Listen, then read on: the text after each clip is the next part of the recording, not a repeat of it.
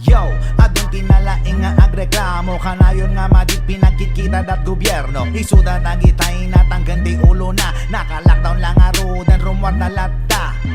Ay nako, papansin ka launay nakarkaro ka paingam kay batang pasaway. Alwadan nyo laang diagon gunay baka da kayo ti sumarunong nga maidasay. Ala ibagamanan nyat na aramida madaka din na itulong mo tapagilyam awan awan na talaga, tanalaing ka lang mata sumarita.